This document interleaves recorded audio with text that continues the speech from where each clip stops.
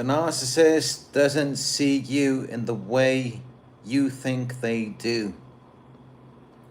And this is kind of following on from the live video I did earlier today. Because I know I talked about when the narcissist is no longer sexually attracted to you. And I was just looking back at that video and thinking about my past experiences with narcissists that I've dealt with. And one thing I noticed is that they're very different to empaths. And in fact, I would go as far as to say that narcissists are actually not physically or sexually attracted to us or anyone. And I know this may injure a lot of people's egos who are watching this right now, but I'd rather speak more about the truth and not just what we'd like to believe, what might make us feel better about ourselves. And this was kind of something that I realized maybe even towards the beginning of the relationships that I had with narcissists, but then I kind of overlooked it. But yes, I do believe that this is very true. Narcissists are not physically or sexually attracted to their targets or anyone. What they do is they look for what is popular, what is trending, what everyone else likes. And then they see this as a form of status, of something that they need to achieve, so then they can present this image to the world. But here's the thing. If they had never known what is popular or trending and what would improve their social status by being with what they've learned and then deemed to be physically or sexually attractive, then they could have been gravitating towards something very different. So this is not something where they decided and they looked at you and they thought that you were physically or sexually attractive and then they were drawn to you. And a lot of this is from television, social media.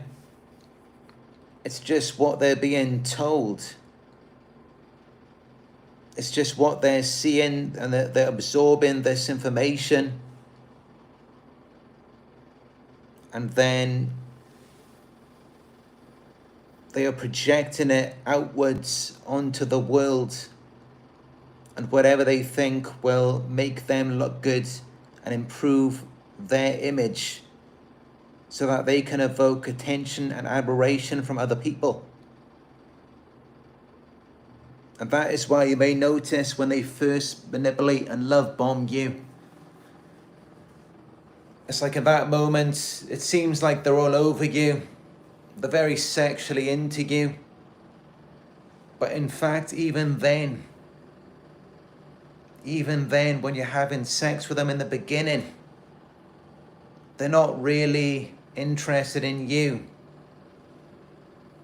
They're just being fueled by knowing that other people may be attracted to you through evoking envy or jealousy in other people.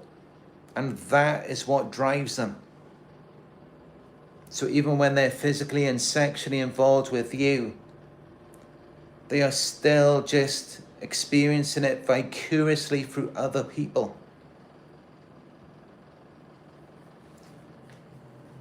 And I remember it in my own experiences when I had sex with narcissists that I was in relationships with. It's like they weren't even there. It just felt like it was just me on my own, and they were in their own world. Like they were just completely detached from the activity. And for them, it's just all about the supply. It's just whatever feeds their ego. And as we know, the supply comes from not only the source, but people who see them with the source, who they deem to be physically attractive. So they're just constantly living through other people's experiences. And that's where it can go even deeper, because then it's like, where did these other people's experiences come from? For them to deem you and the narcissist to be an attractive couple. But yes, this is the reality of it. And I've experienced it myself a few times. It's that, and also you may notice this, if you have children with the narcissist, it's the exact same thing. We are nothing but trophies, fashion accessories. We're not even seen as real people. They objectify us. And even then, they don't objectify us because they're sexually attracted to us. It's just determined by what other people think. If other people think you look good together, and you're this ideal image of a family, then they feel good about it. But they can't experience it directly. They don't have the ability to do that. And in fact, those of you, if you ever met another empath in your life, you will know that the attraction, especially the sexual attraction, this is really something that only two empaths can experience together, because you need to have the high empathy to have the ability to experience that. Because other than that, sexuality in general is narcissistic. You may notice that people in general, other than empaths, and I've noticed this in my own experiences many times, they're not really connected to you. It's just all about how you view them. If you deem them to be physically attractive or sexually attractive, they don't even care about you. And a lot of times they don't even care about your experience as well. Once they've been with you for a certain amount of time, they no longer value your opinions, and it's all about how the outside world perceives of your relationship. And I'm sure you've noticed this as well if you've gone out with them, maybe to a restaurant or a party, and you talk to someone there of the opposite sex. They may have been completely innocent, but they saw you and maybe they thought something of it. And then you go back home with them. It's like suddenly you have the most amazing sex you've ever had in the entire relationship. And you just got to think, how is that possible? And it just goes back to my point that they do not experience it with you directly. They experience it vicariously through other people. So this means that if you go back to the manipulation, the love bombing, I remember in one situation in my own life, a narcissist said to me all of these things she liked about me. She would say, like, the way I walk, the way I talk, it's like I'm walking on air. And I was just thinking how these things are so superficial and shallow. And she never really connected with me deeply or directly. It was more just about the image, how other people perceive it. And even then, it had nothing to do with me at all. It was about how it makes the narcissist feel about themselves. So it never has anything to do with you. You think that you are physically or sexually attractive to the narcissist, when in fact, the only person who matters in the relationship is them.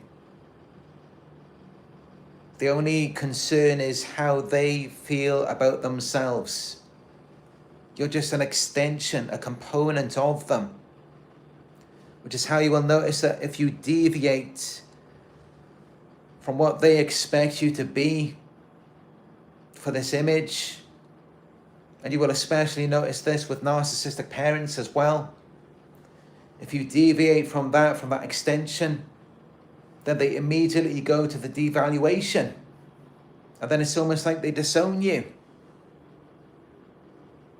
Because it has nothing to do with you at all. It was never about your feelings or needs. It was never about you being this separate individual. And they were physically or sexually attracted to you. Who, in the case of the narcissistic parent, they never loved you. They never liked you at all. You were just this extension to present this image to the world. And it was all just about how the narcissist felt about themselves.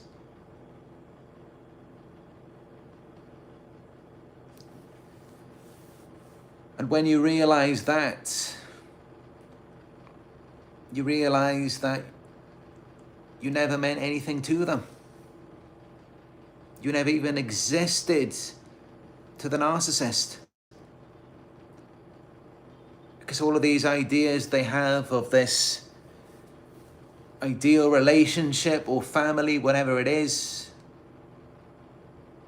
these are all just bits and pieces of things that they've seen on television or in movies, or they've seen from other people, and who knows where they got their ideas from. And this is their reference point, which they are trying to live up to project this image to the world so that they can feel better about themselves, as though they are something significant and important, and they hold some position of status. And that is all that it really is. You were never anything special to them. Not in the way that you might think. I mean, they may have taken advantage of your high empathy, your naivety, the way that you just blindly trusted them. They may take advantage of that, but they don't see it as though it's a person giving it to them. Because they objectify you, they just see you as an extension of themselves. And it's only if they have this control over you, if you act as their possession, and you just do whatever they say, and you listen to them blindly.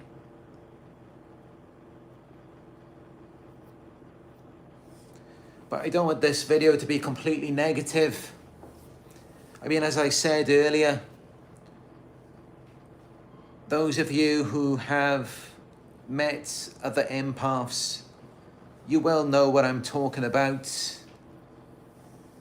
How it feels like for the first time in your life, you're experiencing this real physical and sexual attraction. And it's reciprocal. It goes both ways. And I believe that the reason for that is because of the empathy. It's this ability to understand and share another person's feelings and experience. The ability to put yourself in their shoes so that you can see how they see you and they can see how you see them. Because that's what attraction really is. It's about being drawn to each other. But with narcissists, it was never even a relationship at all. They were never connected to you. It was just all about the image that you could present to the world. And even then, it wasn't even really about that. The only thing it's ever about is the narcissist and their feelings about themselves. Everything else is just a means to regulate their emotions. That is all that it is. And yet we look at our relationships with them before we know this and we think, we're so special. They're so into us. Maybe they do love us. Maybe they do care about us. When in fact, if you look back and remember the things that they said to you and how you could never deviate from this extension of who they wanted you to be, then you will realize that in fact, it actually never had anything to do with you as a person to begin with. I mean, you've got to think at some point, if they were really physically and sexually attracted to you, then why would they try to change you? Because the truth is that in fact, the more physically attractive you are, the more that they will hate you. Because the only person who matters, the only one who's meant to be important in the relationship is them. Which is why at some point they begin to devalue you. And they try to change you, they target your self-esteem. Because they were never really into you like that. It was all about their image. It was all about how they were going to look to other people.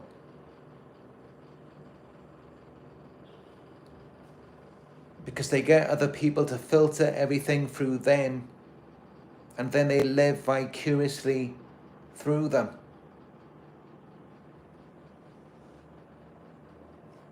They do not experience you directly.